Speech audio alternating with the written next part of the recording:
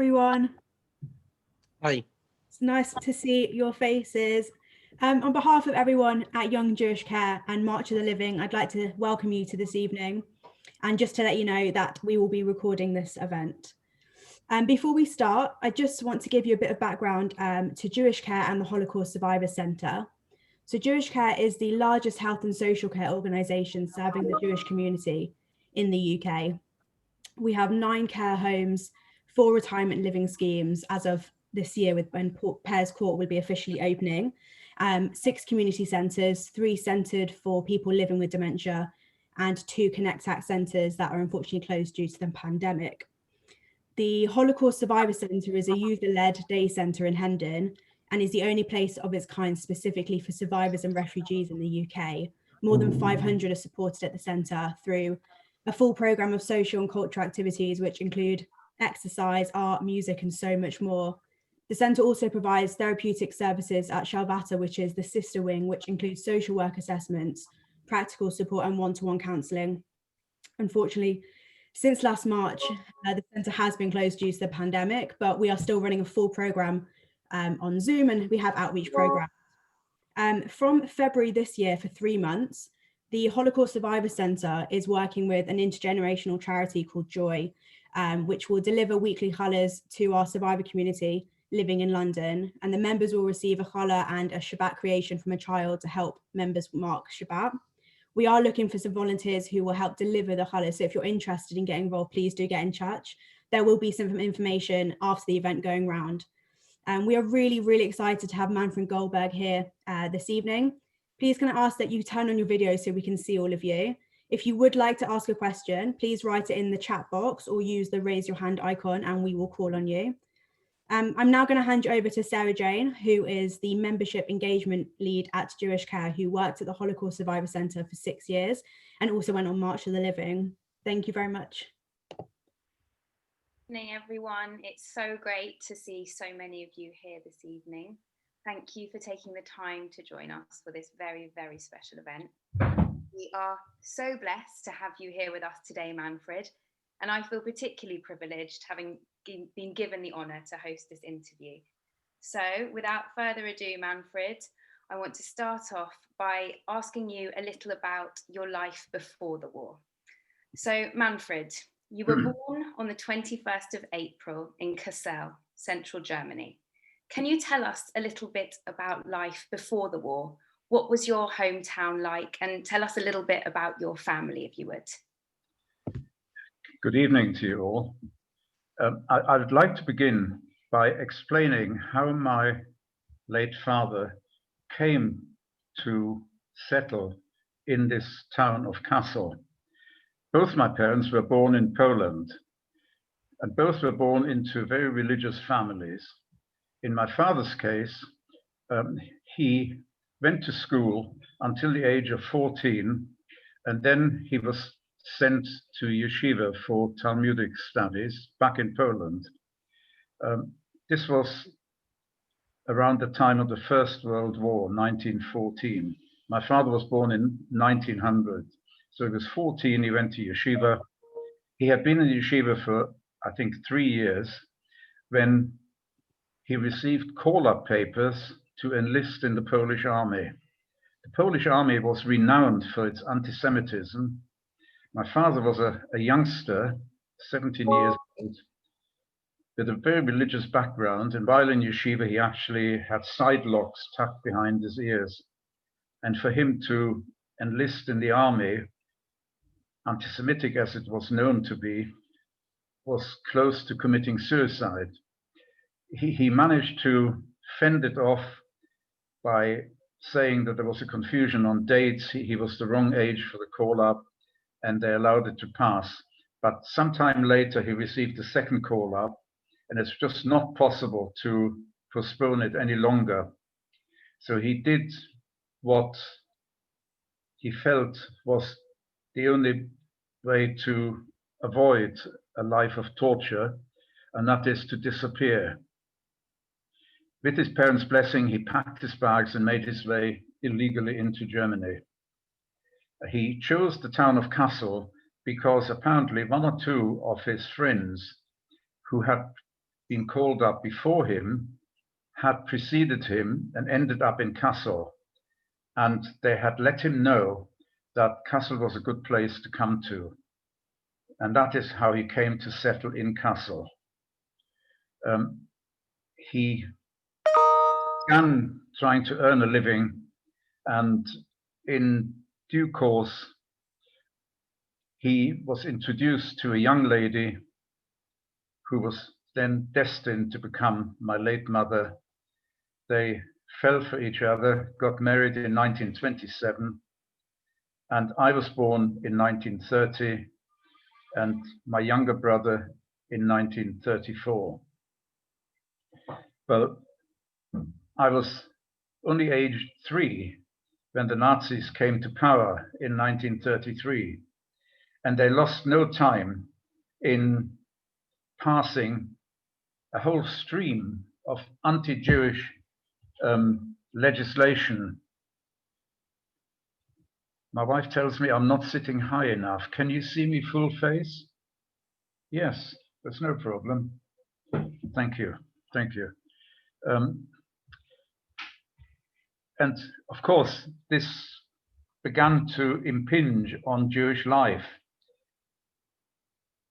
All Jews were deprived of their German nationality, despite the fact that thousands of Jews living in Kassel had lived there for generations. Many of them had served in the war with distinction, had won medals. None of that counted. They all lost their nationality and hence all their civil rights.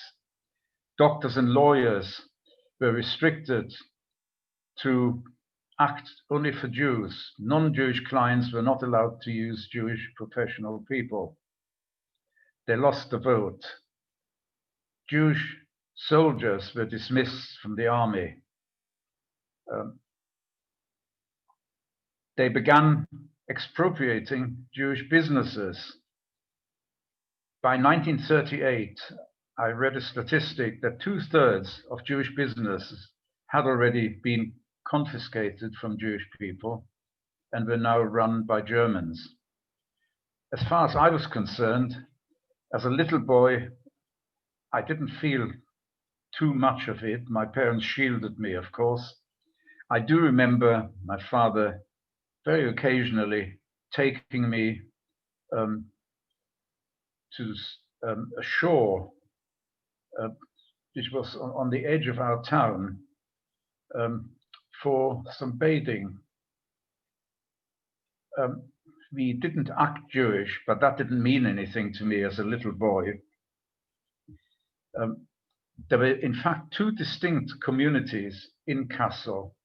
In total, Kassel had a population of around 250,000 people, of whom around 5,000 in total were Jewish. But it was not a homogeneous Jewish population. Around 2/3 were, as I mentioned, German-born Jews who had lived there for a long time, and they were more assimilated. The smaller portion of around 1/3 were more recent Polish immigrants, primarily Polish and Lithuanian, who had arrived as refugees. And they were not really welcomed by the German Jews, that they were too visibly frum. And as far as the German Jews, who were much more assimilated, were concerned, they were rocking the boat by their more apparent open Jewishness. So in effect, there was very little social mixing, except in one respect, there was just one Jewish primary school in town. And this school was open to all Jewish children, regardless of background. And eventually I was enrolled and began attending that school back in 1936, by which time I began to appreciate that the climate towards Jews was not exactly friendly. One of the ways the Germans managed to instill Jew hatred into youngsters was to form an organization called the Hitler Youth. and they would have meetings at which they were indoctrinated. And of course, it rubbed off on these children. By 1936, 1937, and so onwards, when they spotted a Jewish-looking child in the street, they would often abuse us verbally and occasionally also physically. I do remember clearly being advised that if such was the case, on no account to retaliate, but to turn and run as fast as my feet would take me, because defending oneself could have serious consequences. Our friends also were primarily from the Polish Jewish background. Our parents and their parents were friends, so we naturally tended to gravitate. We would visit each other and the children would play together. We also had separate synagogues. Well, the Polish Jews founded their own because A, they were not welcome in the larger synagogues, which were attended mainly by the German Jews, many of whom considered themselves Germans of the Jewish persuasion. In other words, they were so assimilated that they were Germans first and happened to be of the Jewish religion.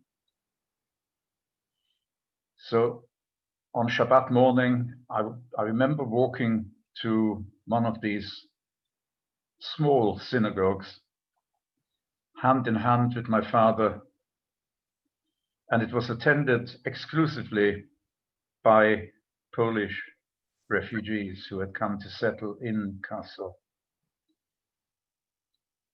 The situation got worse by the year. I don't know how many of you have heard of the Evian conference in France, which took place in July 1938. It was attended by 32 countries. I'm not able to give you any information on it online because I'm rather tight for time. But if you're interested, look it up online. There's quite a lot written about it. What I will tell you is that it was called by President Roosevelt of America, and apparently primarily to deflect criticism of America for not allowing more Jewish people in. They had a quota system, and they made it so difficult for people to obtain one of these precious visas.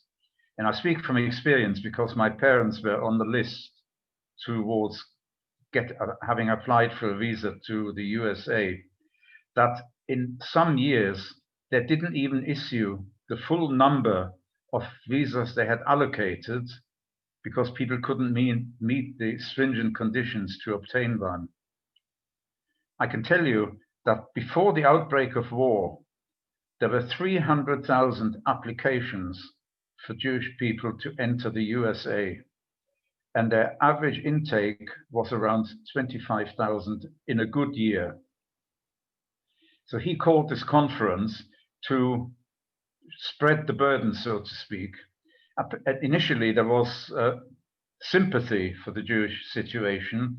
It was already well established that Jews were being persecuted in Germany.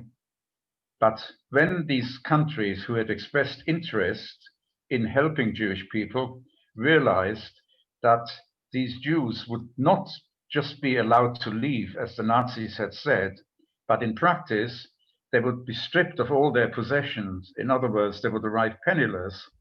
Sympathy for the Jews evaporated, and the conference turned into a complete failure. Nothing was achieved. In fact, it gave Hitler the green light. Here he had said he will allow Jews to leave. 32 countries debated for I don't know how long. The end result was nil, which effectively gave him the free hand to continue on the path in which he was moving, he could see that no one wanted Jews, therefore he was free to deal with them in his own way.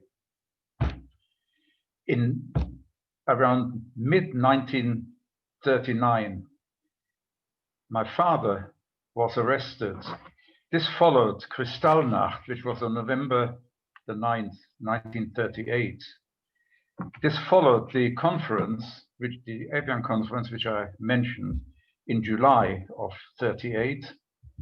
In November, there was sort of a nationally organized orgy, which broke out all over Germany at a prearranged time late on November the 9th, which began attacking Jews in the streets, attacking Jewish property. Thousands of Jewish shops, which had not been confiscated yet, but were still run by Jews, were vandalized, and if it was not too great a risk, they were set on fire. More than 200 synagogues were desecrated, and many of them, which stood in their own ground, were set on fire. Holy books, of course, were burnt. And in addition, following Kristallnacht, the Germans arrested 30,000 Jewish men and sent them to concentration camps. My father had been forewarned by a non-Jewish German policeman with whom he had a good relationship. He whispered to my father that he could not tell him anymore, but it would be in his interest to disappear for a couple of weeks. My father did, and sure enough, they came to arrest him. Then we said he was not in. They took him, not took him, that they searched the flat for him, but could not find him. Then, around middle of 1939, my father was arrested and was told he would be deported to Poland. Despite having been a model citizen, and this led eventually to his arrest. But this is as far as I can go about the background of my early life. We were given this limited freedom. We weren't allowed to enter any non-Jewish shops. Non-Jews were discouraged from shopping in Jewish shops, the few that were still around. And that was our life at that time. I understand that your father was able to get to Britain in August 1939. Can you tell us a little bit about how that was possible and how the family were unable to join and what? Yes, I told you that my father was arrested. He was deported to Poland. The Poles refused to accept him, sent him back. The Germans sent him back a second time. The Poles sent him back with the warning that if he turned up again, they would just shoot him rather than turn him around and send him back. But they didn't just return him officially, they took him to a spot near a wooded area and asked him to walk back into Germany, which he did. And he was afraid to come back to Kassel, so he went to Berlin to hide with a cousin who lived there. The cousin sent word to my mother that my father was in Berlin hiding. My mother came to Berlin, tried to move heaven and earth to get a visa for my father, because courageously she had got in touch with the German authorities and asked whether there was any way my father would be permitted to stay free. And they said the only possibility is for him to leave Germany. If he can show a visa to another country, we will permit him to leave. In desperation, she went to the British embassy. And again, time does not permit me to give any details, but I will tell you that my mother met an angel who acted as passport officer at the British consulate in Berlin. If you want to find out the background of this person, his name is Frank Foley. And if you go onto one of the social websites and look for Frank Foley, you will find out that this person saved in excess of 10,000 Jewish lives pre-war, many of them against the instructions of the British government.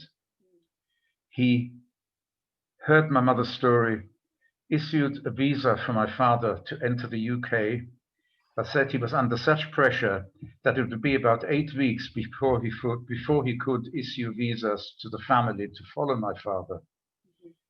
Gratefully, she accepted the one visa.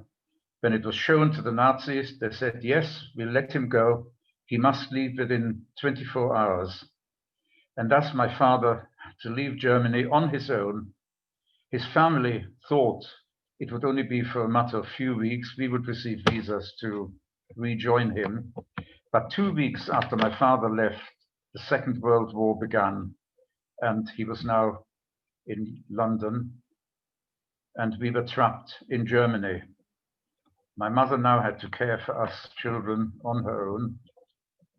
Of course, there was no income. We had to live on our family savings. Our Jewish school was closed, and all Jewish children attending non-Jewish schools were expelled. So there was no education for Jewish children any longer. And thus we had to, or rather it was not us, it was my mother's responsibility to care for us. There was only one shop in town at which Jews were permitted to shop. Often there was not enough food. And I recall one instance which in retrospect, I didn't realize the full danger at the time.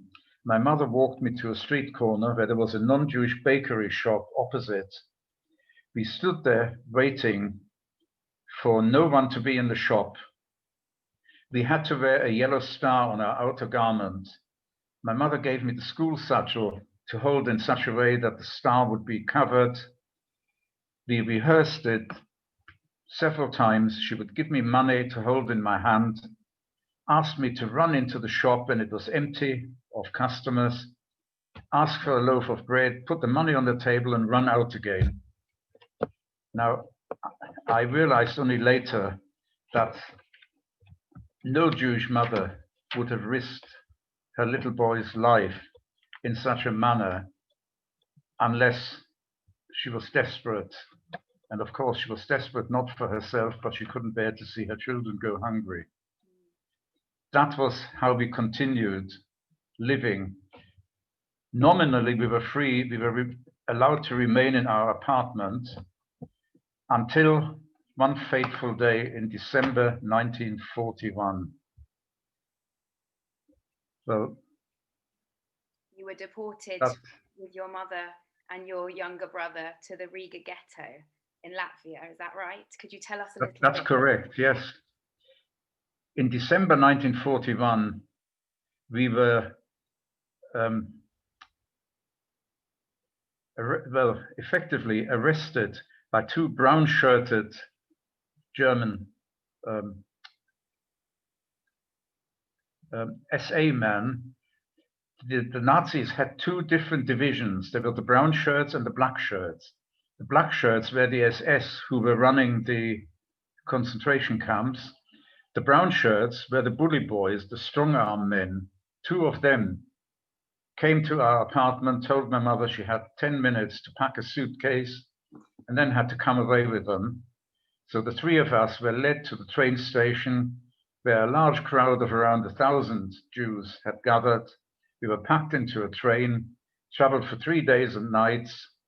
When the train stopped, we found we had arrived in Riga. The map you showed briefly shows the distance between Kassel and Riga. It was a distance of around, bottom left is Kassel, Germany. Top right is the arrow for Riga. It's a distance of around 1,000 miles. We had ordered out of the train. I remember there was ice and snow on the ground. We were formed into a long column, and the 1,000 of us were marched into Riga town, through the town, into an area of town which had been fenced off with a barbed wire fence, and that was the Riga ghetto. You see a very primitive plan of the Riga ghetto. It was a small area, and we were taken and housed in there. They opened only around 40 houses, small houses, to house the 1,000 of us. So each of these houses was grossly overcrowded.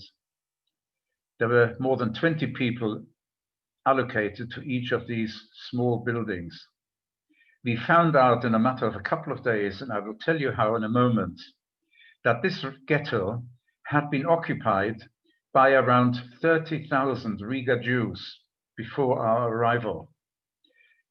The Nazis occupied Riga around July 1941. Within a matter of weeks, they had established this ghetto area and then compelled all 30,000 Jews living in Riga to leave their homes and resettle in the ghetto. Well, they had been in the ghetto no more than a few months when, weeks before our arrival, sometime in November, they put into operation a devilish plan to murder all 30,000 of them. And they did it by using a subterfuge. They told the Latvian Jews that they were being moved to another camp, and group by group, they were marched to what they thought was another camp. In fact, they were taken into a nearby forest where the Germans had, by using slave labor, dug 3 enormous pits. And as each group of Jews came close, concealed machine guns opened fire, murdered this group, and they were either thrown into or fell into one of these pits. And in this manner, in a matter of 10 days, they had murdered all 30,000 of them. 300 young ladies were saved. They were seamstresses who had been working in factories producing uniforms for the German army. And they were apparently valuable to the Germans, and they were allowed to live. And they allowed 30 young Latvian Jews to survive. The important quality they needed was to be fluent German speakers. And these 30 were appointed sort of internal camp police over the ghetto. And it was these 30 survivors who told us of this massacre. They witnessed it, and they were permitted to survive it. Without any delay, we were lined up. They told us that from now on we would have no names. Each one of us was given a number, which we retained throughout our stay in the camps until our liberation. My number was 56478. I remember it to this day. They also told us that all people over the age of 13 would be compelled to sort of walk out under guard daily to work in nearby factories, and would be walked back into the camp. This is an image taken presumably by one of the guards of people being marched off. I was now in charge of my little brother. I was 11 years old. My mother had to go to work. She worked in a factory, and both my little brother, age 7, and I, 11, were in the camp all day long on our own. It was not easy, and there were other children in worse positions. There were smaller children than my brother. And there was one remarkable man who had been deported with us. He was a teacher in the Jewish school which I had attended.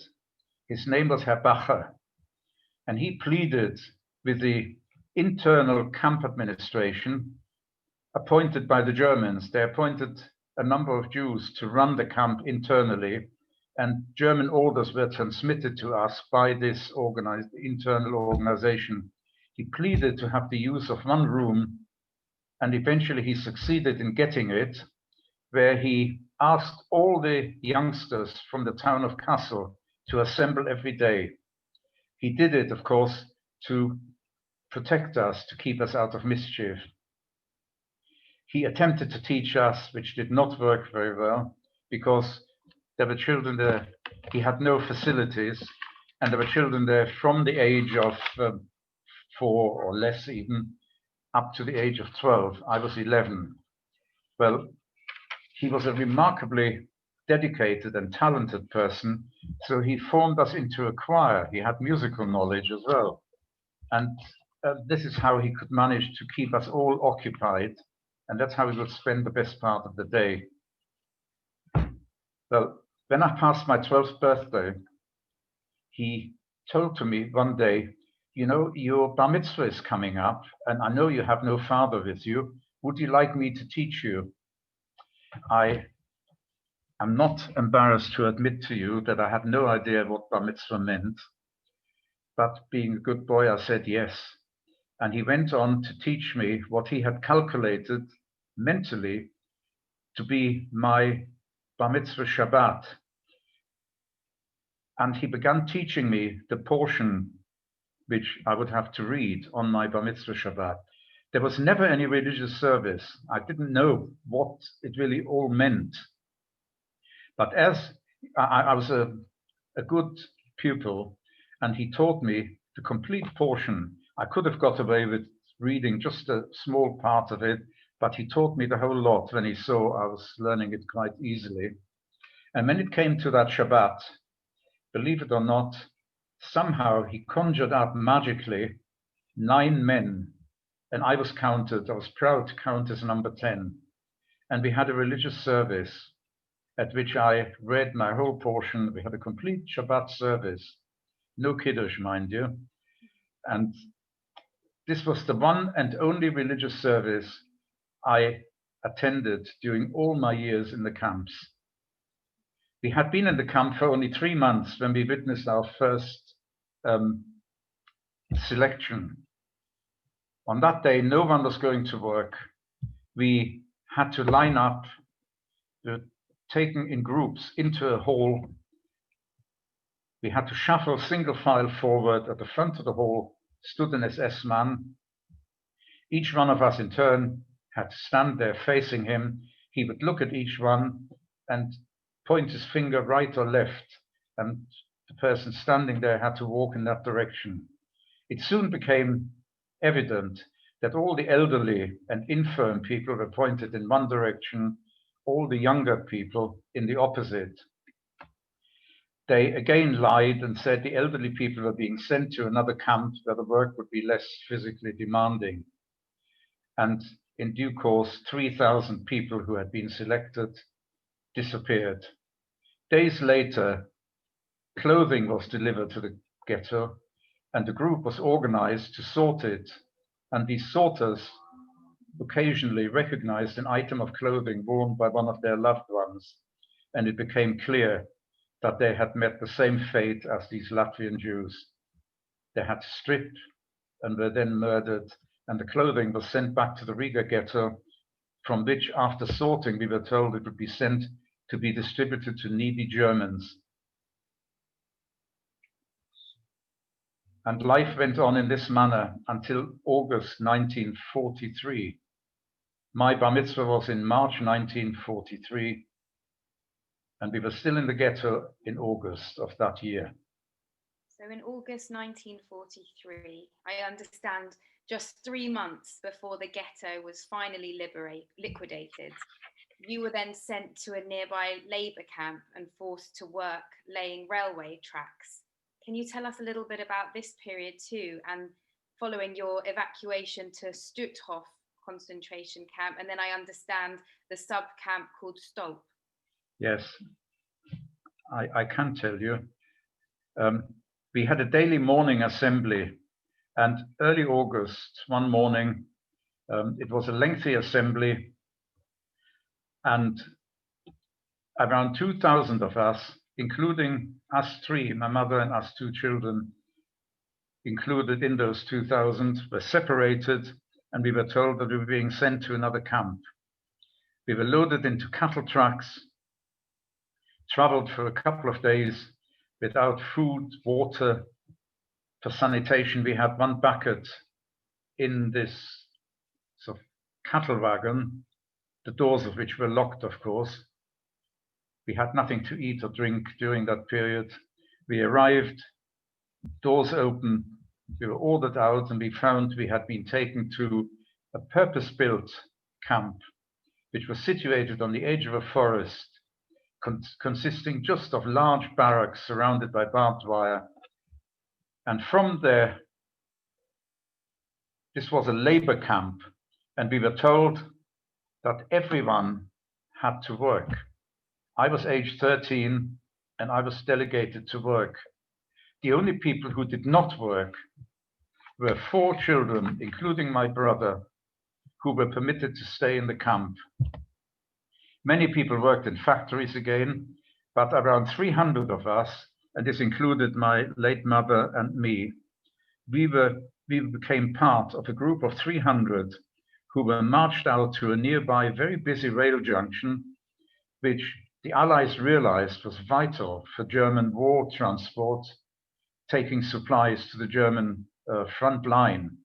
And therefore it became a bombing target. The Allies bombed the railway lines, and we were delegated to dig up the bombed rails, level the ground, and lay new lines to make the line serviceable again. It was vital for the Germans to keep running these trains to their frontline soldiers.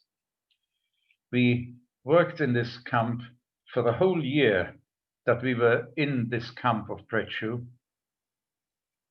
Around 4 weeks after we had arrived, we returned from work one day, and 4 children had disappeared.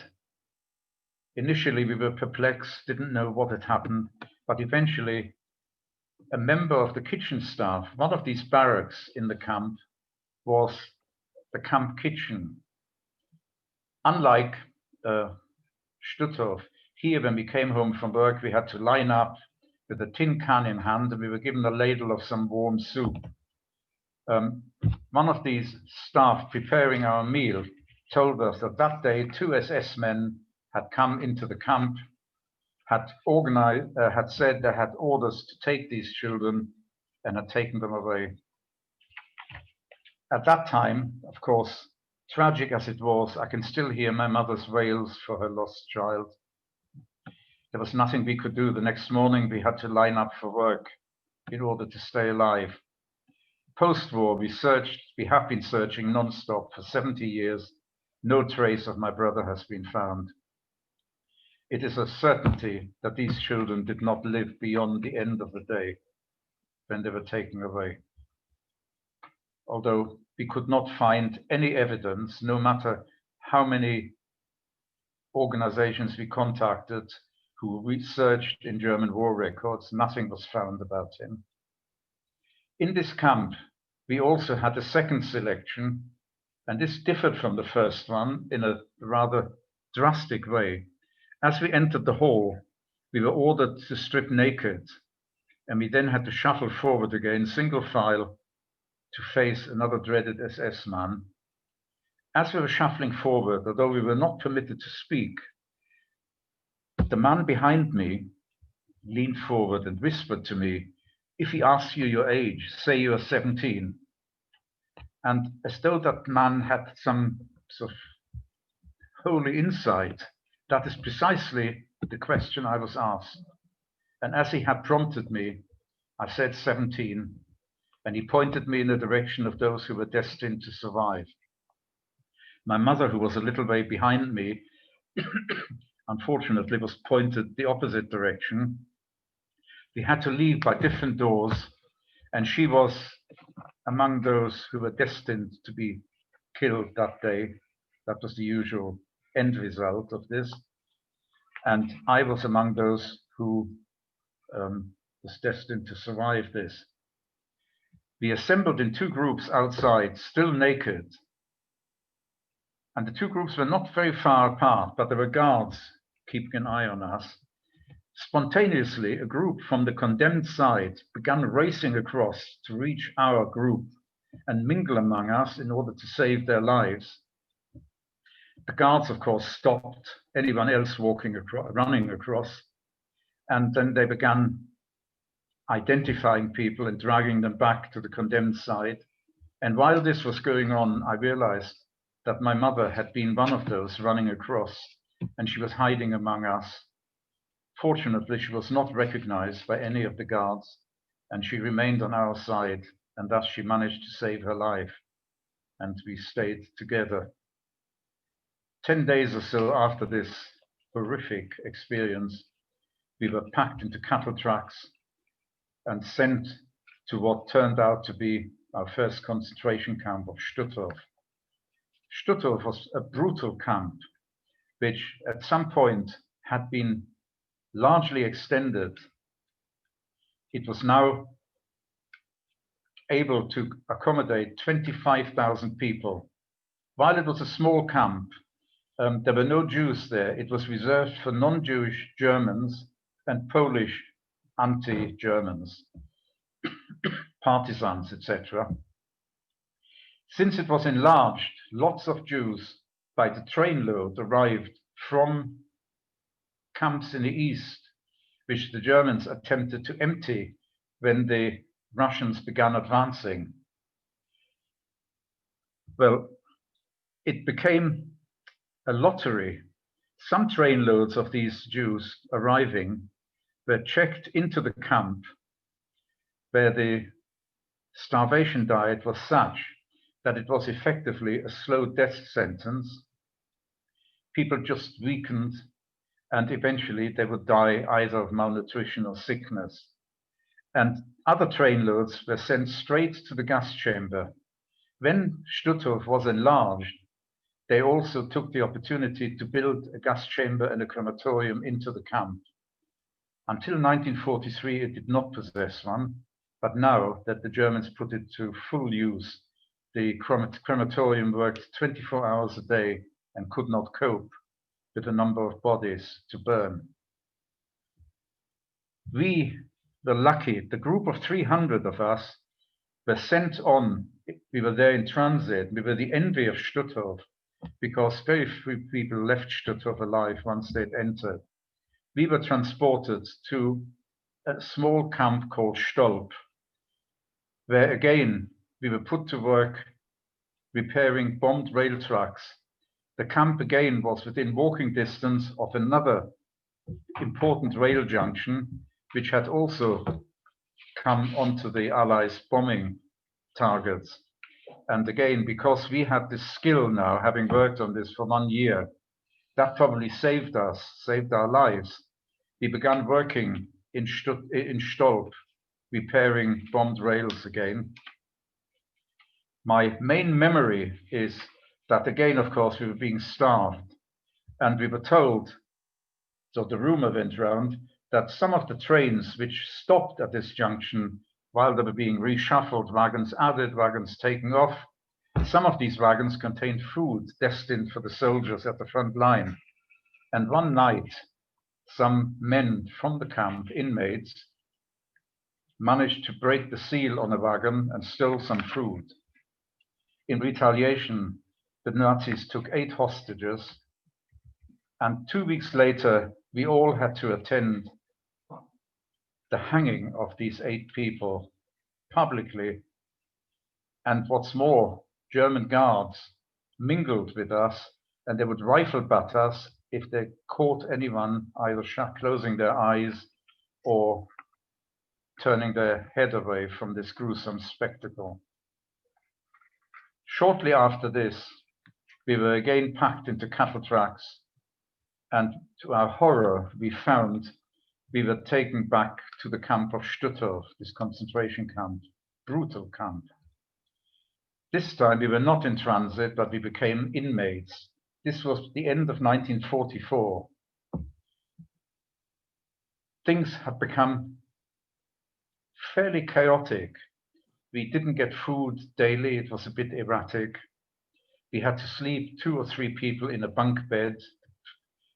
As I said, the camp had a capacity of 25,000. By now there were more than 50,000 in the camp. Every night people died in their bunks.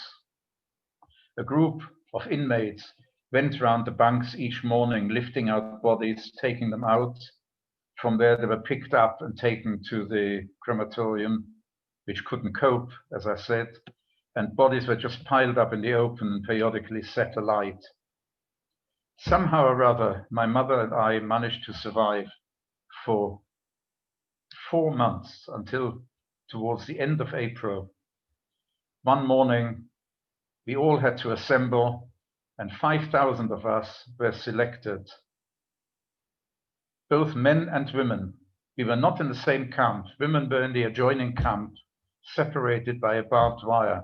But there were around 50-50, probably around 3,000 men, 2,000 women. I didn't know whether my mother was selected. My mother didn't know whether I was. But the 5,000 of us were each given a chunk of bread, lined up in a long column, and under armed guard, we were marched out of the camp. We marched for the best part of a day. We were taken onto barges and towed out to sea by SS-manned tugs.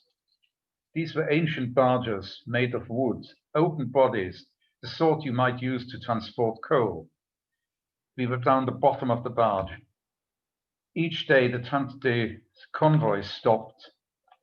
We thought they were going to drown us, but an SS officer appeared on top, looked down, selected his victims who were dragged up and thrown live into the water to drown. This happened regularly, day after day. Each day, around 25 people minimum lost their lives in that cruel manner.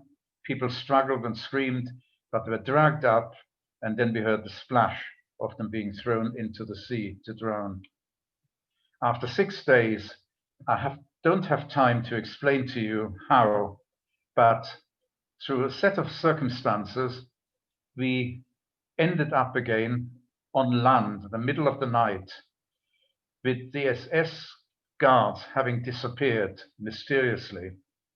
No sooner had we got onto land again when the SS reappeared. About a third of us had managed to leave the barge. 2/3 were still on the barge. The SS split into two, murdered each one still on the barge, lined us up into a long column, and daylight was breaking by now, and they began marching us again. We had no idea what our destination or fate was going to be. We had been marching for hours when a tank column came towards us. And suddenly people said, "Look, our guards have disappeared." And the fact was that this was a tank column not sent to liberate us. They were on their way. This was a British tank column on their way to the next destination. And by having chosen to travel along the same route that we were being marched on, they liberated us quite incidentally. They did not stop. They rolled on just past us, and in doing so had liberated us. We were at a loss what to do, but minutes later, truckloads of British soldiers appeared, and they began taking care of us, marched us into the nearest town, which was called Neustadt, and there we were cared for. Both my mother and I ended up in hospital. We were sent to a convalescent home after recovery. We were interviewed. My father was interviewed in London. We were interviewed in Neustadt. And it took several months before we made contact. But my father was allowed to write to us, not see us or speak to us. He applied for us to join him. It took more than a year, but we managed to get visas, and we arrived in the UK in September 1946, when I was aged 16, but had not attended any schooling since the age of just under 9. Of course, it was a bittersweet reunion. My younger brother was missing, but I was so fortunate in that I was probably around 1 in a million of youngsters who had survived and had both parents alive at the end of the war. All my friends of my age group who had survived were orphans. I think you would like me to speak a little about what happened. Can I just take 3 minutes to... Absolutely, we're in no rush, please. We want to hear everything. I know we'd like to hear a little bit about meeting. I'm a little late, yes. That's fine, we're not in a rush, take your time. Okay. But I know that we'd love to hear a little bit about life in the United Kingdom, and then how you went on to meet your wonderful wife, Shari, and building a huge family after the war.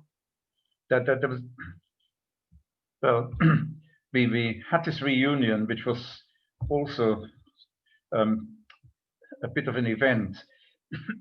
My father knew we were going to arrive at Victoria Station at a certain time, and he came to meet us.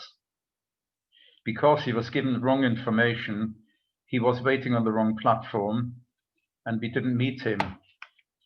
We searched and searched, and eventually, not speaking any English, we had his address on a piece of paper. We showed it to a taxi driver who took us to the address. We thought my father would be at home. He wasn't, but a fellow tenant at the address paid the taxi for us, took us in, and cared for us until my father forlornly came back from the station, and to his amazement found us at home. That is how we rejoined my father. He was practically a stranger to me. I hadn't seen him for 7 years. I was 9 when he left, 16 when we were reunited. My parents, of course, lived as husband and wife, but it had had an effect on them. And I believe that the marriage was not quite what it had been. Both of them had been affected by their respective experiences. My father lived for 6 years with the uncertainty of not knowing the fate of his family, and until he, well after the war ended, heard that part of his family had survived.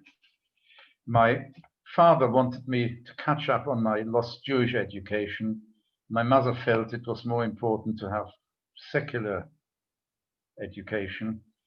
Well, since I was self-evidently more closely bonded with my mother than my father, I sided with her, and my parents deprived themselves of many necessities because my father was a pauper when we came, and they paid for some private secular education for me.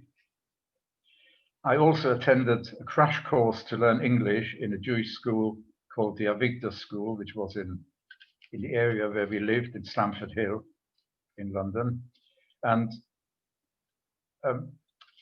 I am not a genius, but I am proof that it is possible to catch up in a fraction of the time on a large chunk of the lost education. I'd lost 7 years, and I managed to matriculate in English less than 2 years after I arrived in the UK. I felt I could not impose on my parents any longer. I began to realize the financial sacrifice they were making, and I began working. I wanted to become an electrician. But after I'd worked as an electrician's mate for some time, I felt it was not fulfilling, and I wanted something that was a little more challenging. I was advised I had to go to university then, but I didn't have the qualifications. I spent 2 years obtaining the equivalent of A levels. I was then accepted to university, and within 3 years, I'd managed to graduate with second-class honors, was the proud possessor of a Bachelor of Science degree in what would now be called electronics. Then it was called light electrical engineering. And that is how I began to earn my living. I didn't fully realize what my parents were doing for me. But one thing that did happen was, of course, I was the apple of my late mother's eye. I was all she possessed, and she didn't really allow me to develop. I was always her little boy. She would never go to bed until I came home, however late it was. She would never utter a word of complaint, but I could see that I was not permitted to be my own man. So I did something really almost unforgivable. I took my first job in Manchester so I could live away from home for a while, and it worked. And I did something to remedy this cruel act of mine, in that I came to an arrangement with my superiors that I could come to London, I could miss every fourth Friday, which meant every fourth Thursday evening, I could hop on a train, spend Shabbat with my parents, and Sunday night I would come back to Manchester ready for the next week's work. Until sometime later, when I changed jobs and I came to live back at home. Well, my parents wanted me to get married, but I began meeting young ladies, nothing clicked. My mother and my father's families were all murdered. They all lived in Poland. Not one of them survived the Holocaust. But two brothers of my mother had become Zionists and had gone to Palestine pre-war. They survived. One of the brothers came to see us. He managed to get leave from the kibbutz, of which he was a member, and he stayed with us. The word got around, and some of the colleagues from the same town in Poland who had managed to get to England heard that my uncle was in town and came to see him. And they kept talking about a particular person who they wanted, couldn't find him. I looked up his name in a telephone directory and found there were only a handful of people at that name. I phoned each one in turn. One of them said, "I don't think I'm the person your uncle wants, but I'd like to meet him." He came to meet us on a Sunday afternoon for tea, had a long chat with my uncle. My uncle was not one of his colleagues. He didn't know us, but they had seen me in the background, an eligible young man, and they lived a few doors away from Shari's family in the same street. So of course, his wife, who had been with him, contacted Shari's mum and said, "I saw a young man who I think might be suitable for your daughter. Would you like me to introduce them?" Well, Shari's mum, of course, was ready, but Shari was not. She wasn't keen at all on it. She said, no, this is an old-fashioned and archaic way. I'll find my own. But this lady would not give up. She kept nudging and nudging, and Shari's mum leaned on Shari. Eventually, Shari said, "Okay, I'll meet him, but I won't talk to him." This is what she told me later. So they contacted us and said, "Look, we enjoyed your hospitality. Come to see us. We would like to reciprocate. Come Sunday tea." My uncle was still with us, so all four of us came to see this Mr. and Mrs. Gerner, and unknown to us, he had invited Shari's parents and Shari. So there we were, 7 people in a room, including Shari and me. Of course, they sat us next to each other, and every pair of eyes was on us to see what would develop. But both of us were quite tongue-tied, but so we sort of managed to keep going. And I must have found some favor in Shari's eyes, because by the end of the afternoon, she was willing to give me her phone number. And the rest is history. I can tell you that I remember our first date. I took her to the festival hall to hear the Red Army Choir, who had come to the UK for the first time. And from then on, we were slow coaches. It took quite some time, but thank God, we have been happily married for almost 60 years. We have 4 lovely children. I know some of our audience know us personally. And I thank God to this day for having led me to meet Shari. And I still bless the day she said yes. And I mean it. Well, I could go on, but I think I've overrun my allotted time. So thank you so much for giving me the opportunity. I hope there may still be a few minutes for people to ask questions, if there are any. Yeah, thank you, Manfred, and an unbelievable account of your experiences. Thank you so much. I'm going to pass over the mic to Cassie now, who I think will sort out all the questions and carry on. Thank you again, Manfred. Okay. Hi, if anyone's got a question, please either just write that you want to speak in the chat or raise your hand and I'll call on you. I can see I'll unmute you. So Roy Caitzer, do you want to just unmute yourself and then you can ask Manfred your question? Thank you. Hi, Cassie.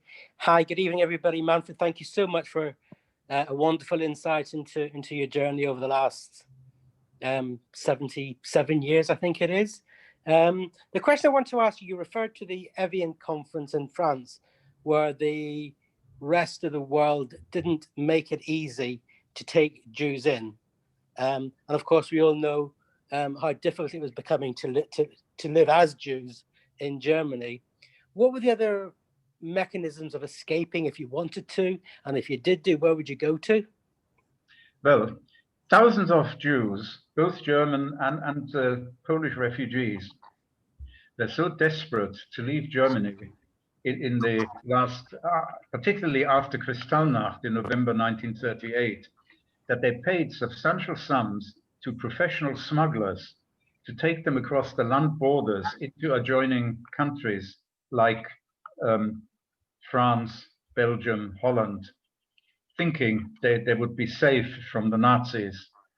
But of course, in retrospect, we know that all these countries were occupied, and the large majority of Jews, who were run into thousands, were eventually rounded up and sent to the death camps. We had no means of doing anything. My father had gone. My mother was not in a position to do anything, apart from still hoping that maybe the American visas got through. In fact, I read a comment on the Evian conference, which says that there was a belief that America and the UK had come to a silent agreement that if the Americans would not harass the British to open the gates of Palestine to allow Jews to escape there, then the British would not divulge the fact that the Americans, small as their quota was, did not even fill it annually because they were making it so incredibly difficult. So both countries would escape censure by making this pact. I don't know whether it's fact or whether it's just surmise, but that is what people believe was the end result of the Evian conference. It certainly didn't help the Jewish people emigrate. I hope that answers your question. Yeah. Yes, it does. Thank you so much. The climate is very different now. Hundreds of thousands of refugees whose lives are not even in danger. They want to benefit economically by resettling are cared for and accepted. How different it was back in the 1930s.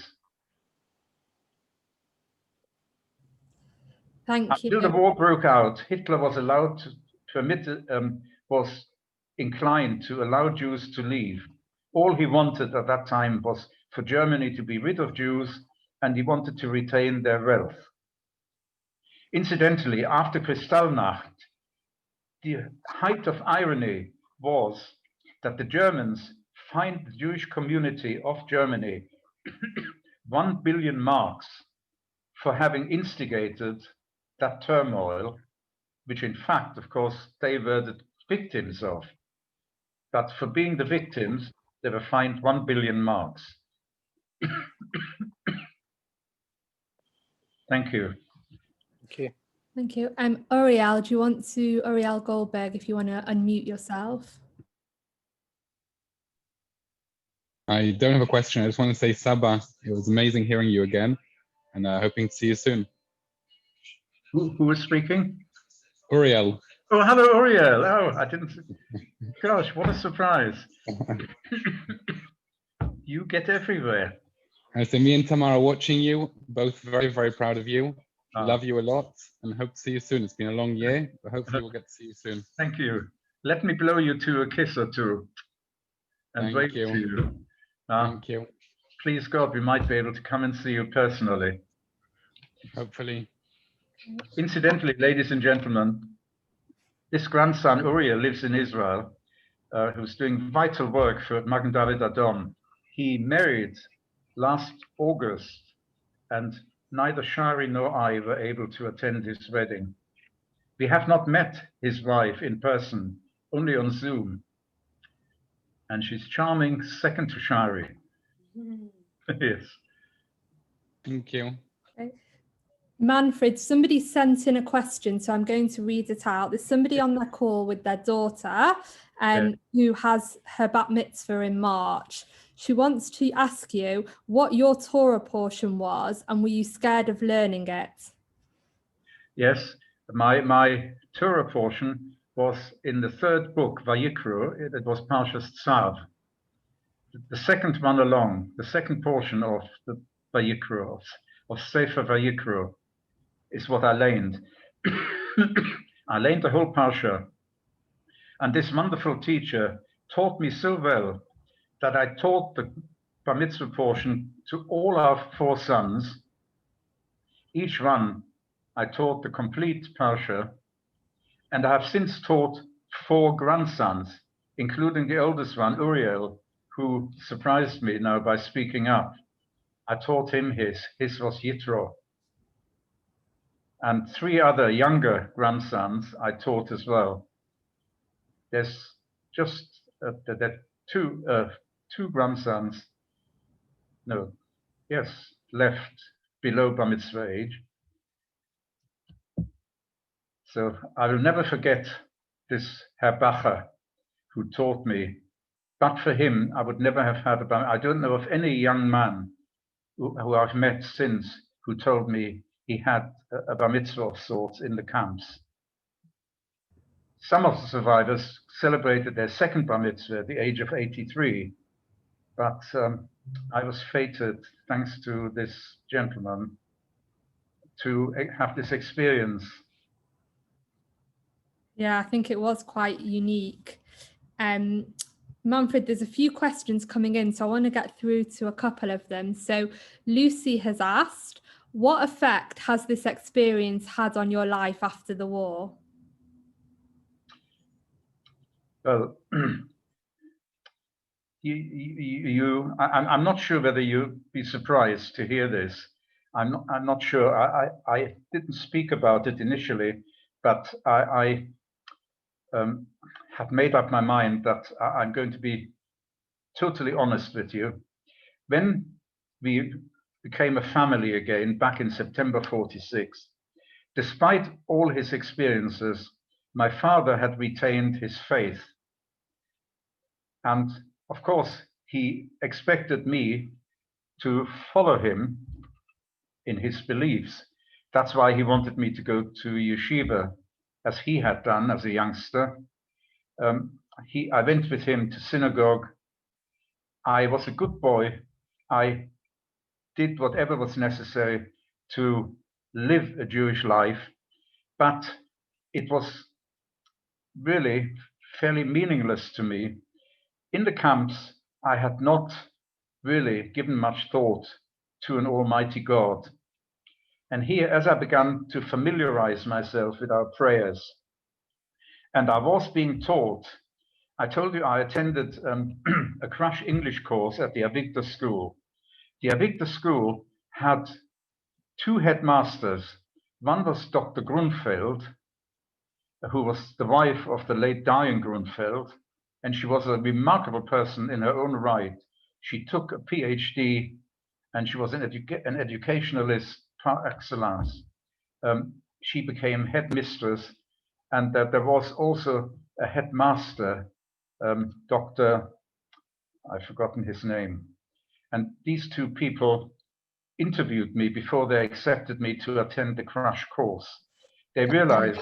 Manfred, Dr. Levine. Dr. Levine, you're quite right. Yes, thank you so much. Yes, I'm afraid I have these senior moments now. It does not affect my memories of my testimony. That seems to be in a separate compartment, and these memories don't dim. Other things which have happened to me, some much more recently, are beginning to fade and are difficult recalling, but not my experiences during the war. These two, in the course of the interview, summed up my situation, and they organized 2 members of staff, 2 teachers, 1 rabbi and 1 secular teacher, contacted me. The rabbi was Rabbi Yisrael Cohen Halevi. That's why I remember his name, because it was so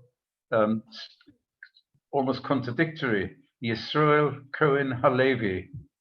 He lived just around the corner from us in Stamford Hill, and he invited me every Shabbat afternoon to spend an hour or 2 coming round to his home, and he began teaching me about Judaism, and also a secular teacher who lived in Allerton Road, also in Stoke Newington.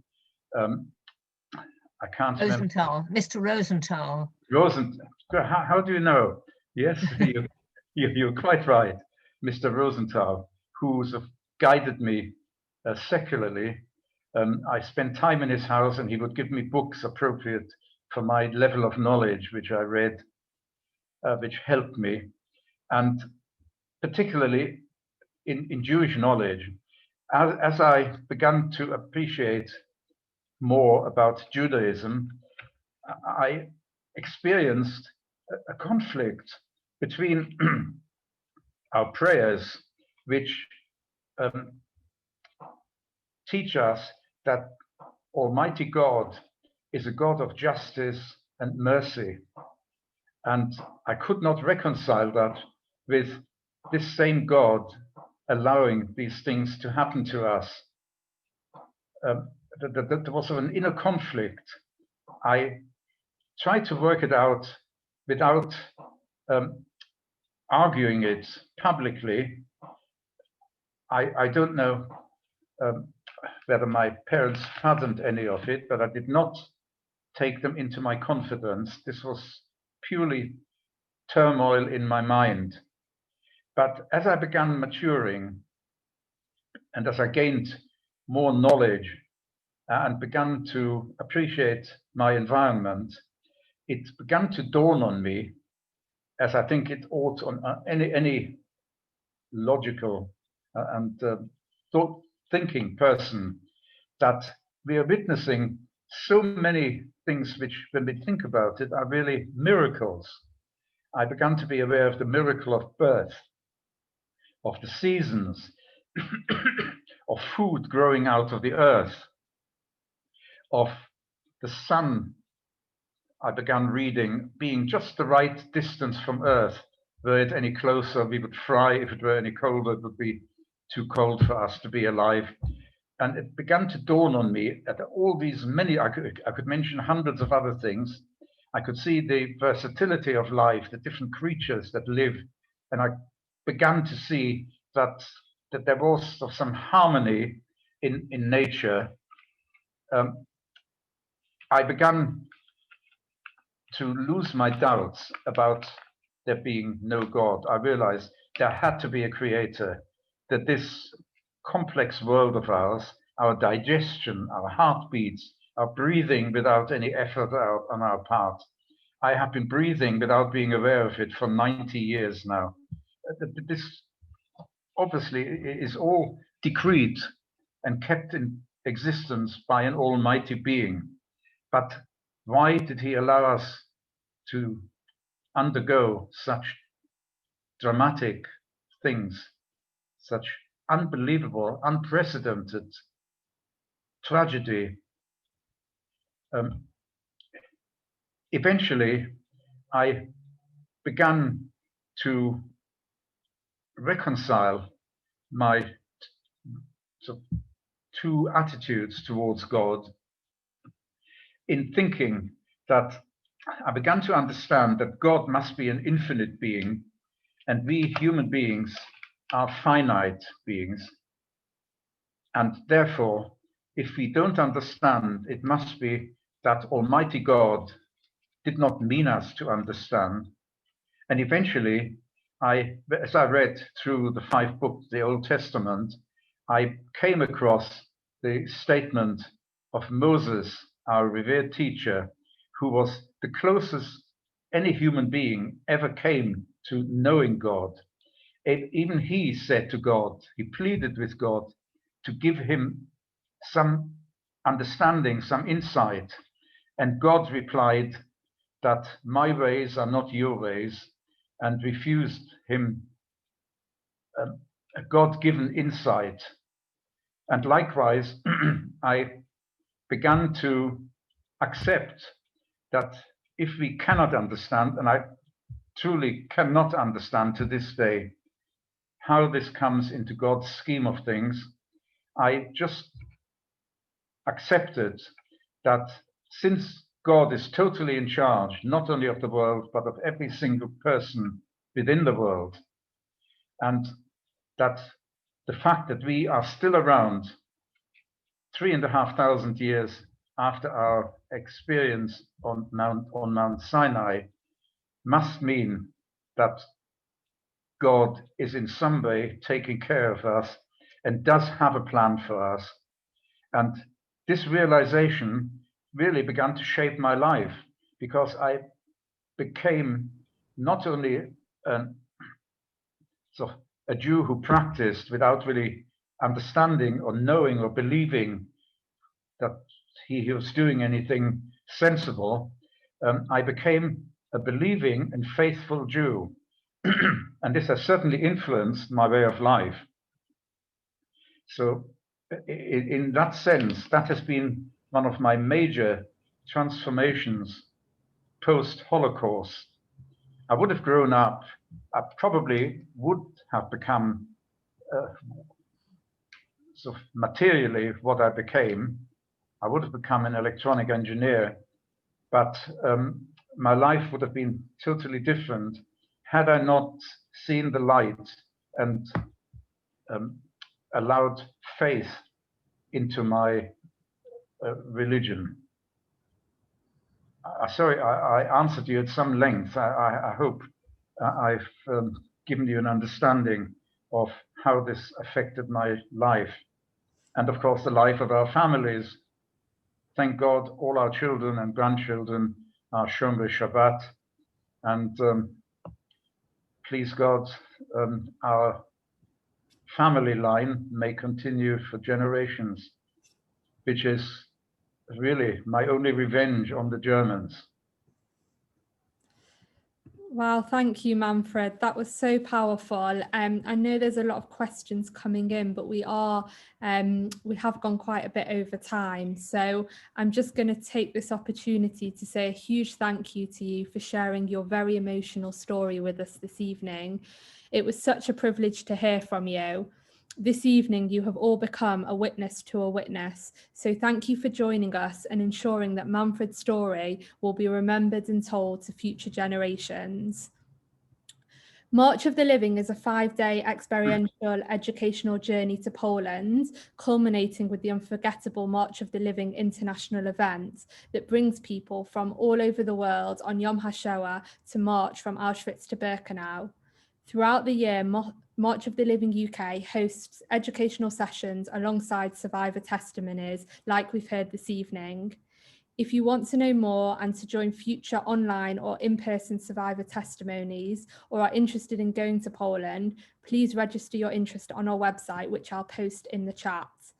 I'd like to thank our partners, Young Jewish Care and Sarah Jane, for interviewing Manfred this evening. And again, I want to thank you all for joining. And I also want to do a very special shout out, because actually Manfred's cousin, Eve Kugler, who is also a survivor who joins us every year to Poland, is actually 90 today. And she spent her birthday this evening listening and spending time with us on Zoom. So happy birthday again, Eve, and thank you for joining us. I hope you've had a really informative evening, and thank you and have a good night. Thank you, Shed. Thank you so much. Thank you. And thank you, Manfred. Thank you very much. I apologize for overrunning my time, but I'm thankful and grateful to you for listening so respectfully. Thank you so, so much. Thank you so much. Manfred, we'll speak with you soon. Thank you.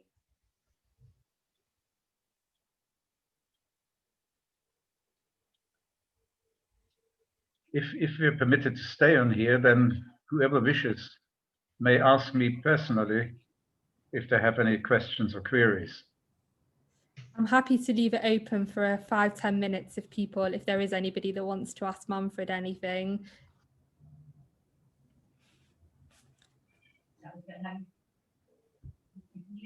So? Leave it. Leave it? Yeah. And it's finished now. Well, Yeah.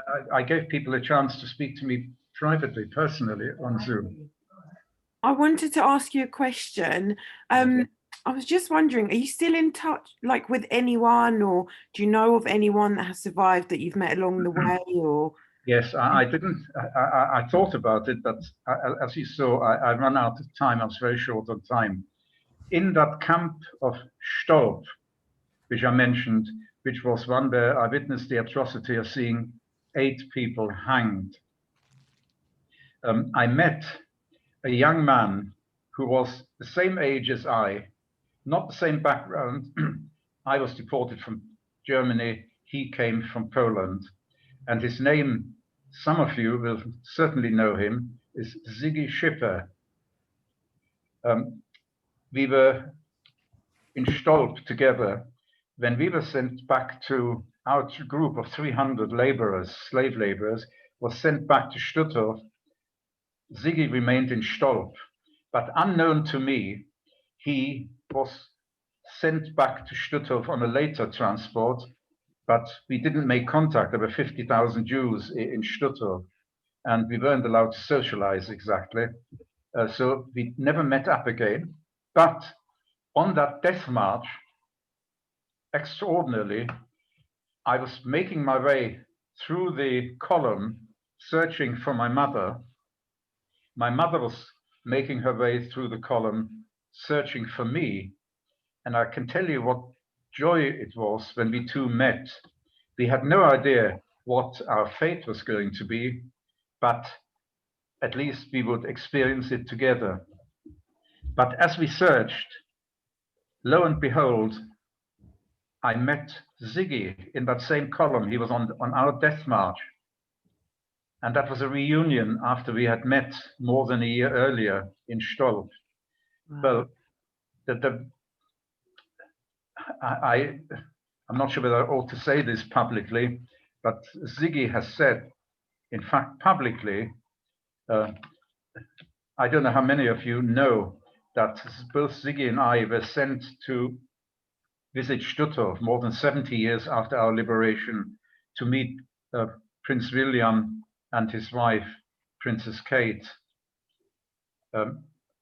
In conversation with them, Ziggy said something which I won't argue with, but I think it's not fully deserved, although I deserve some credit.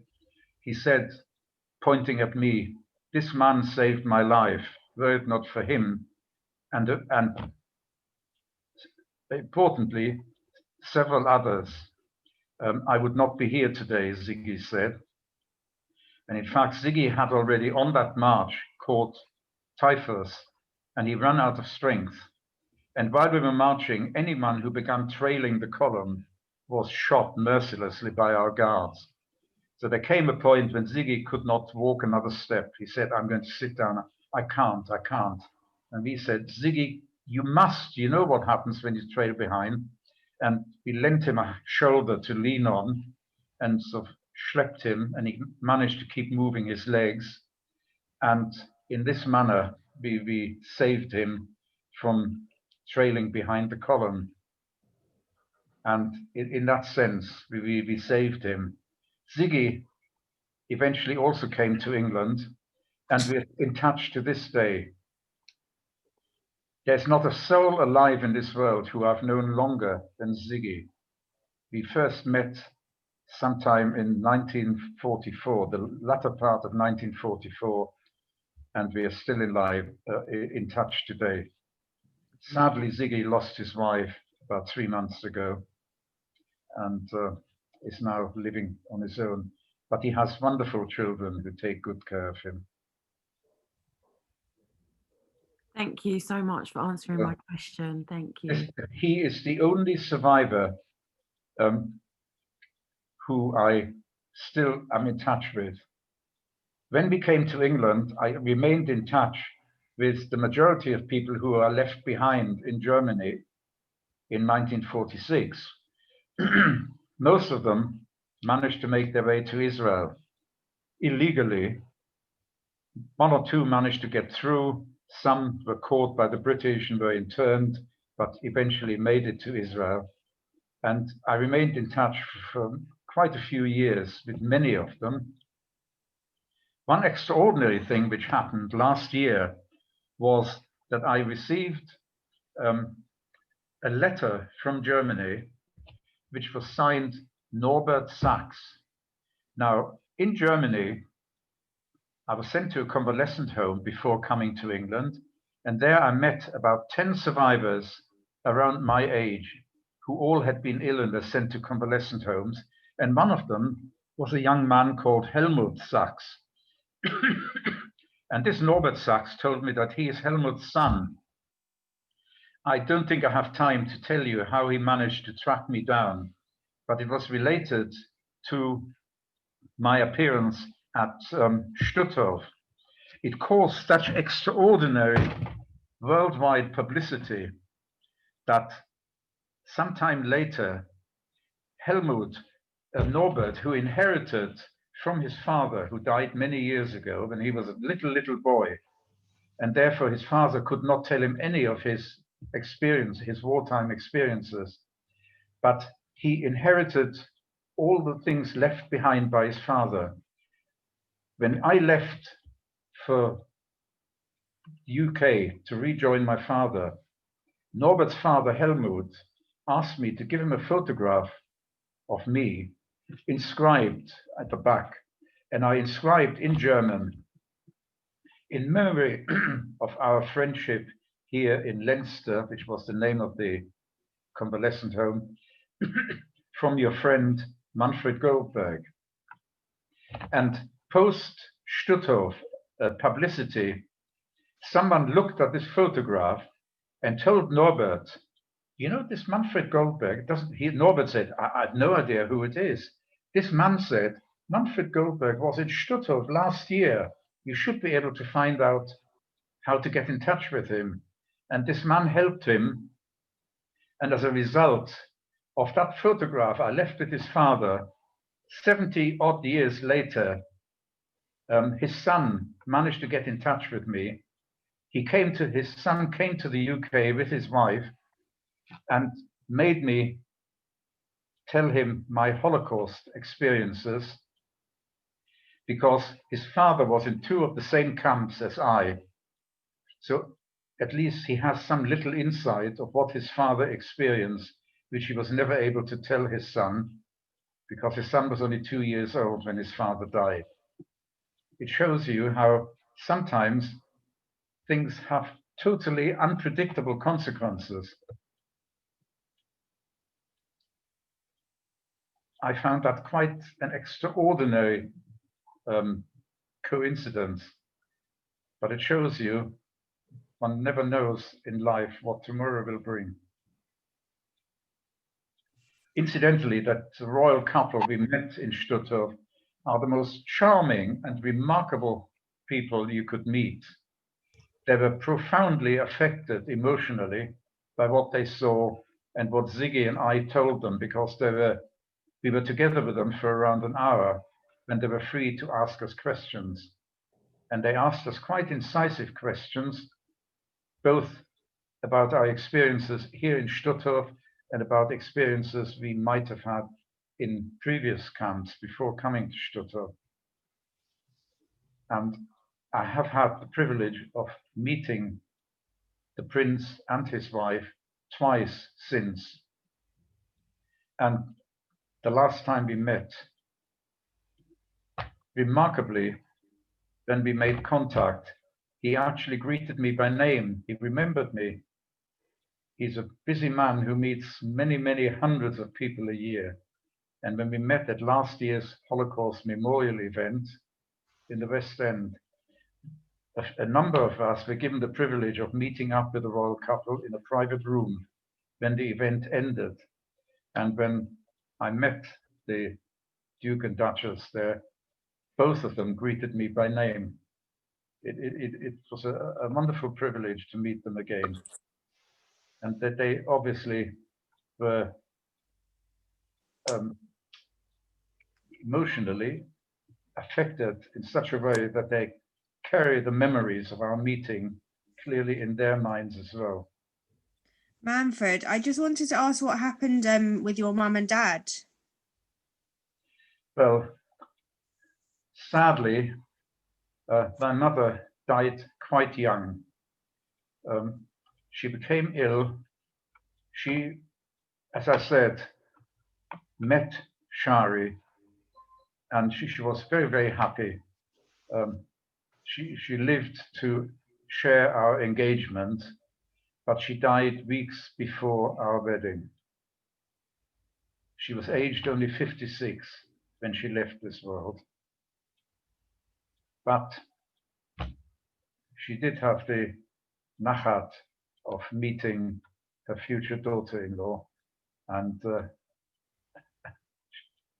she died happy because she realized I was about to settle down. My father lived as a widower for many years, and in fact, he affected our married life for many years. Because my mother died just weeks before our wedding, we were told we were not permitted to postpone the wedding. So the wedding took place on the original date. We cancelled the music, but got married on that day. And although, like all youngsters, we had intended to follow many of our friends to settle in Hendon, Israel. Initially in Israel, but then when my mother was ill, I had to change my plan. And of course, Shari agreed that we could not move to Israel with my mother unwell. But then we intended moving to Hendon to be close to our parents. When my mother died, we changed our minds yet again and decided we could not leave my father in Stamford Hill and we would move miles away, because my father was well settled in Stamford Hill. He had his regular shul, he attended Shiurim, he had friends, and he did not want to move close to us. So we decided we had to stay close to him, and we settled and lived the first 15 years of our life in Stamford Hill, within walking distance of my father, Oliver Scholem. He came to stay with us every Shabbat. He came on Friday and left on Sunday. He came to us every Yom Tov, every happy occasion. We had birthday parties. He watched the grandchildren beginning to grow up. Eventually, after many years of being a widower, he married a second time. And once he married, we felt free to move with a clear conscience. And we moved to Hendon around the time shortly after our eldest two sons, after our eldest sons had to change from a primary school in Stamford Hill to a secondary school, which we chose to be Hasmonean. So we found a house in Hendon, moved close to Hasmonean, and life became much easier. Until then, our two boys traveled by coach each morning from Stamford Hill to Hasmo and back in the evening, which made it a very long day for them. It was quite troublesome. The coach broke down sometimes, and it was difficult. also when it came to Shabbat, they had no friends to play with. Practically all their school friends lived in different areas, but not Stamford Hill. So it was a very positive experience for our boys to integrate into Northwest London. We are extraordinarily lucky that 3 of our boys live within walking distance of us, and the 4th one, Arya, lives in Israel. He lives now in Ra'anana. He lived in Tel Aviv for many years, but has recently moved to Ra'anana. In fact, we have not seen his house in Ra'anana yet because we've not been able to visit him for a year. We hope, God willing, that it may not be all that long before we can travel to Israel and enjoy our grandchildren in Israel. Our English grandchildren we are in touch with, but of course only virtually. They catch glimpses of us by standing outside the front door or coming into the garden, and we are in the back room. They can sort of see us from several meters apart, and we can have a limited conversation. But it's still great to see them, and we were deriving untold nachat.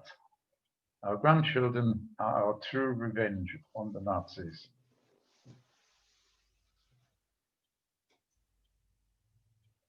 Well, can I ask a question? Sure. Now here we are in 2021. Your life experiences are unbelievable. How do you feel about the next generation of German people now? Well, I've not managed to tell you, but also as a spurious result from making that trip to Stutthof to meet the royal couple, it had another result. Some months after our visit, I received a message from the Educational Trust that there's an organization, a non-Jewish organization, or primarily non-Jewish, in our town in Kassel, who would like to contact me. Would I give permission for them to give my contact details to them? I agreed, and I received an email from an organization called the Stolpersteine Group. I don't know whether any of you, well, some of you probably have heard of something called Stolpersteine.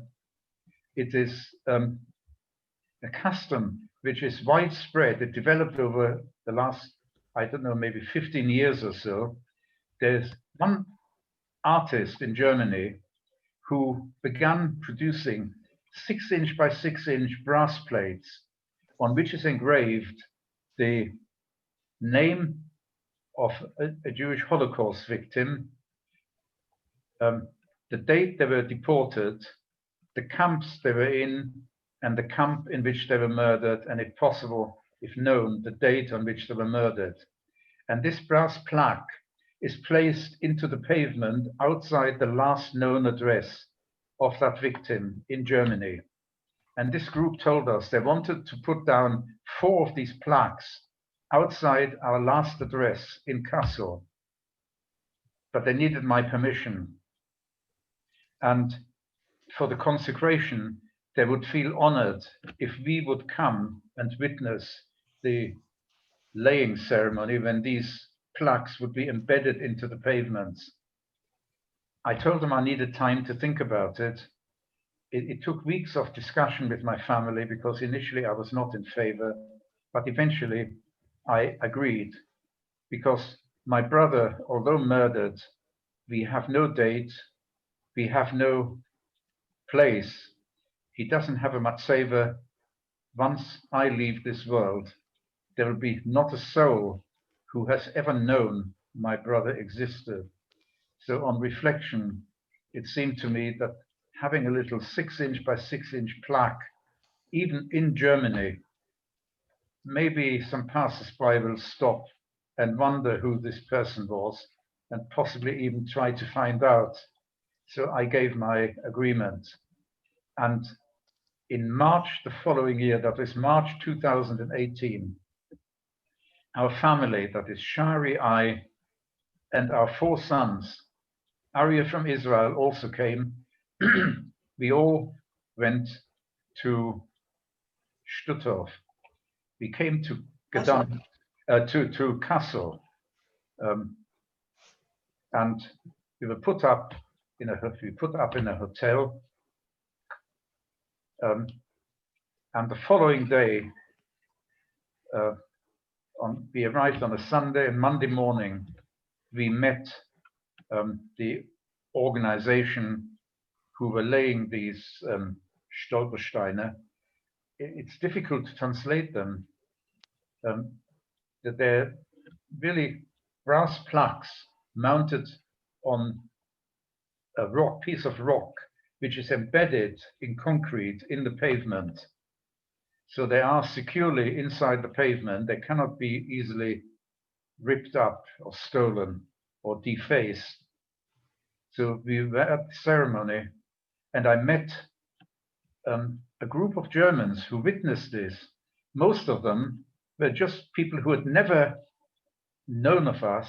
There was one man there who introduced himself as someone, a German, non-Jew, who had devoted years of his life to write a history of the Jews of this town of Kassel. And he gave me a copy in German, which I have here. He inscribed it as the author, as presenting it to me, a survivor. Another man came up to me and gave me a book he had purchased at an exhibition, a Holocaust-related exhibition. He told me he purchased 2 copies, and he wanted me to have 1 copy, and he also gave it to me. And I could see there was a group of about 30 or so non-Jewish Germans who stood around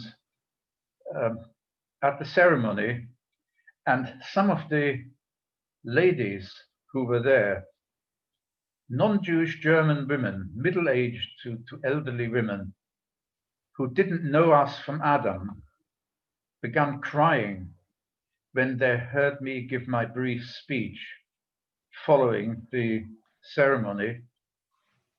That is how moved they were. It really shook me. But it made me realize that today's generation of Germans is primarily a different generation, and many of whom feel embarrassed and bitterly ashamed of what their grandparents committed. Unequaled atrocities that, please God, will never ever happen again. I know there have been so-called atrocities again, but these are not in any way equivalent to what happened in the Holocaust. We did not show it, but my PowerPoint presentation contained a photograph of an enormous mound of shoes, quite huge, several 100,000 pairs of shoes. And it was taken by a Russian soldier when the Russian army liberated Stutthof. So that was what they found. And it so impressed the soldier, he took a photograph, and I found it on public display, and I included it in my folio, because it helps people put a human understanding on the number 6 million, which is pretty meaningless. It's an abstract figure. That the reason this pile of shoes came into being is that each group of Jews, before entering the gas chamber, had to take off their shoes. And this mound means that each pair of these shoes represents one person who lost their life in the gas chamber and crematorium. So it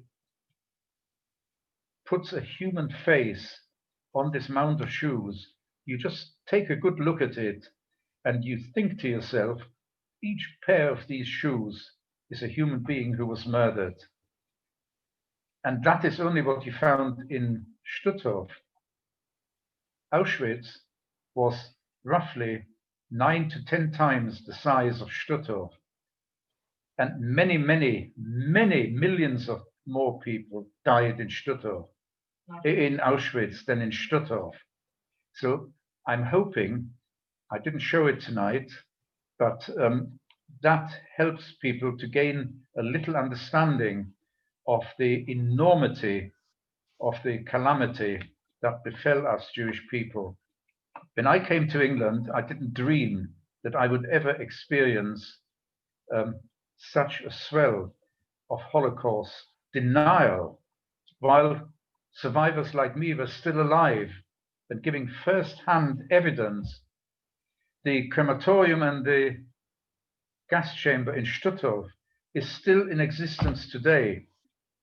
The Germans tried to demolish it, as they did in many other camps at the end of the war, but they were unsuccessful. And in Stutthof, the royal couple entered the crematorium. The ovens are there as they were back in 1944. When you look into the crematorium, you feel you just push a button to light the oven and they're ready for operation. And yet, with all this evidence there are hundreds of thousands of people brainwashed in this country to deny the Holocaust.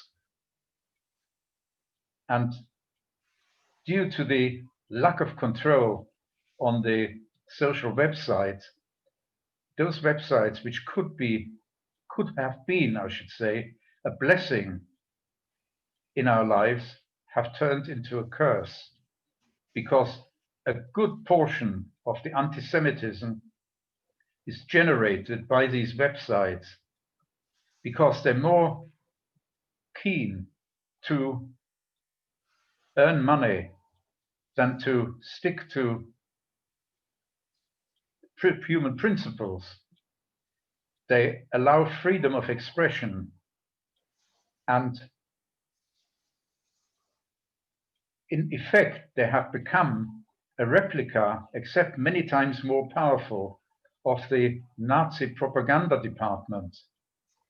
The Nazis could only dream of the power these websites possess. And until a politician is sufficiently courageous to control the output from these websites, I'm afraid our future in this country is pretty bleak. And I imagine the same thing applies in the USA. The climate there is changing toward Jews. And I don't think Jews in either of these countries, certainly not in France either, as is becoming apparent, have much future, because I think it is going to be extraordinarily difficult to near impossible to return to what were effectively our golden years in this country and in America post-war, when the population understood what human beings are capable of. Today's generation, I'm afraid, this country has lost its moral compass. And I really fear for Western culture. Our Western way of life is, I think, at risk. You may think that I'm fantasizing, but back in the 1930s, not many people could imagine what was in store for us. If anyone had predicted the full horror of the Holocaust, they would also have been accused of fantasizing. So take it or leave it. This is my opinion. Thank you. I'm not sure whether this what you had in mind when you asked me what I thought of the future of our children. It was fantastic and very interesting to hear what you had to say. Thank you. Thank you. Manfred, I'm conscious it's getting quite late. I'm happy to leave this open if you want to continue, but also I can close it because it's nearly 9 o'clock. It's completely up to you. Well, I feel it would be fair to give as many of you as possible a chance to sort of be enlightened to any questions you have. Okay, well, I know Manfred can probably talk forever, so I'm going to cut it at 9 o'clock because then I think it is too late. Yes, so definitely. Okay. We've got 10 minutes if anybody wants to ask anything. Okay, fine. And I'm really, really grateful that you're permitting us to continue in this manner. Many, many thanks. I'm not sure whose decision it was, so I'm not sure who to thank personally, but I thank you wholeheartedly. Thank you. Well, we're thanking you. Please ask your questions. We're thanking you, Manfred. You have the wisdom. Go on. We have 10 minutes, so carry on. I have a question. I would like to say thank you very much. It's been such a privilege to share your story with us. It's been very touching. I wanted to ask, how did you feel in terms of what you had to experience? It must have been traumatizing for you. And how did you get your courage and strength to kind of go through and experience what you did during that time? I'm not sure what you're asking me.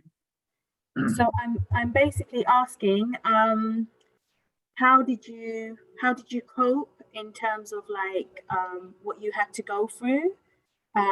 What would you say kept you going through the horrible experience that you had to go through? And how did you get your strength to do that?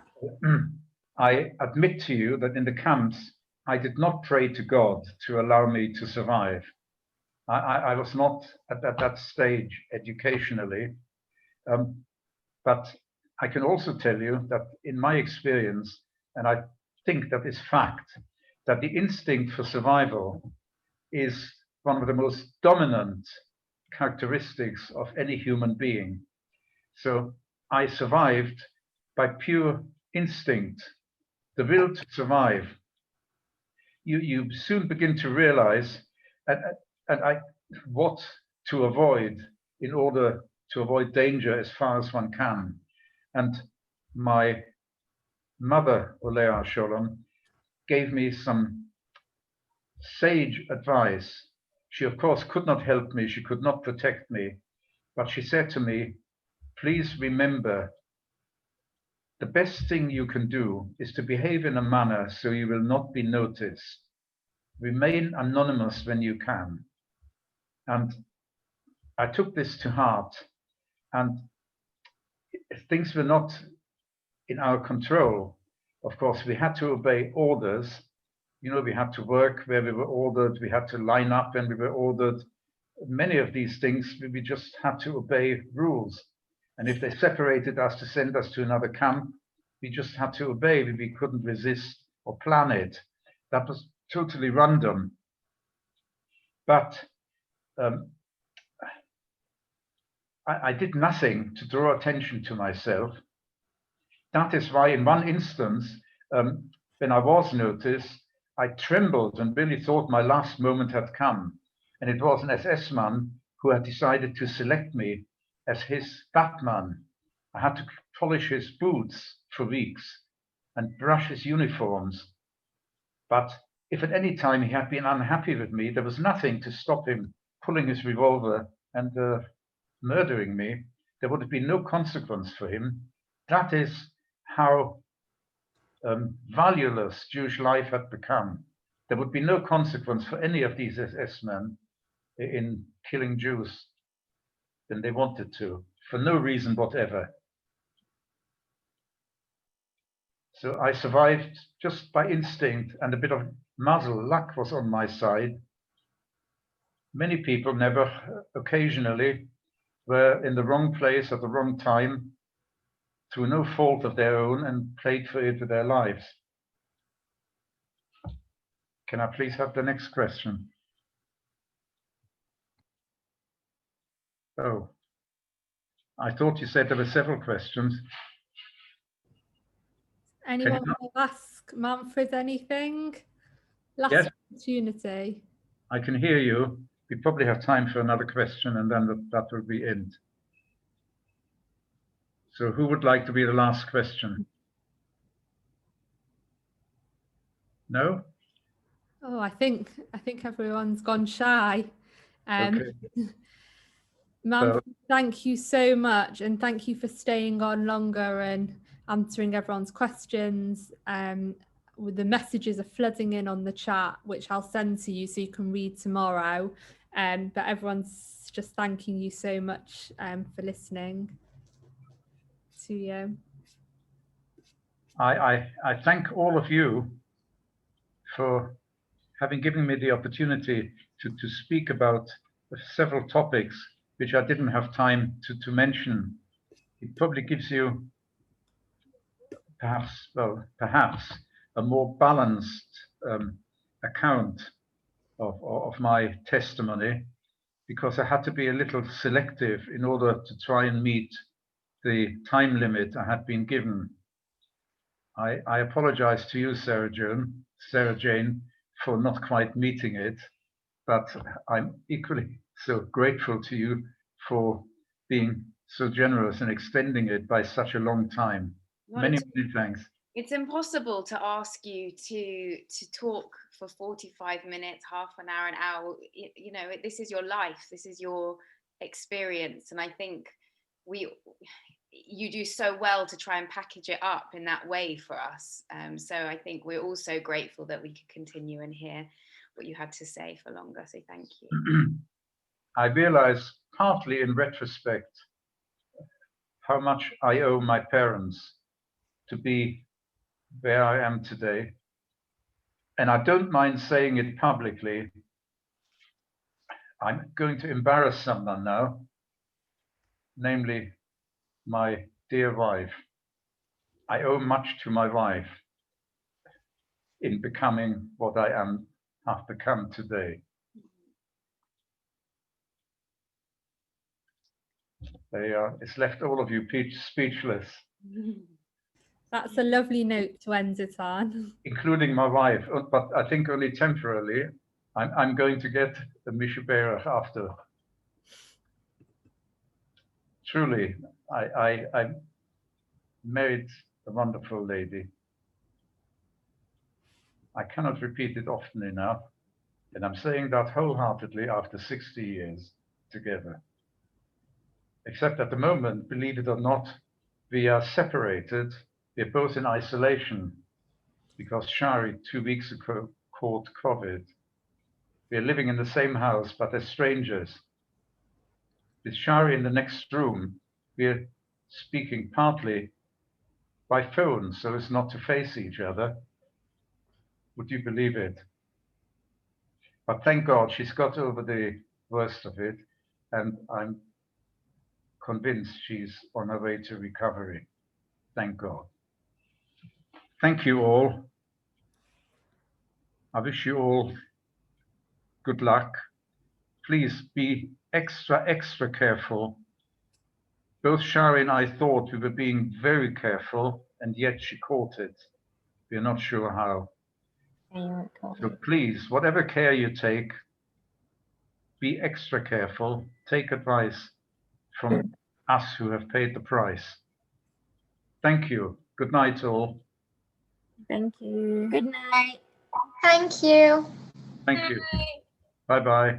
Yes. Thank you. Thank you. Oh, yeah.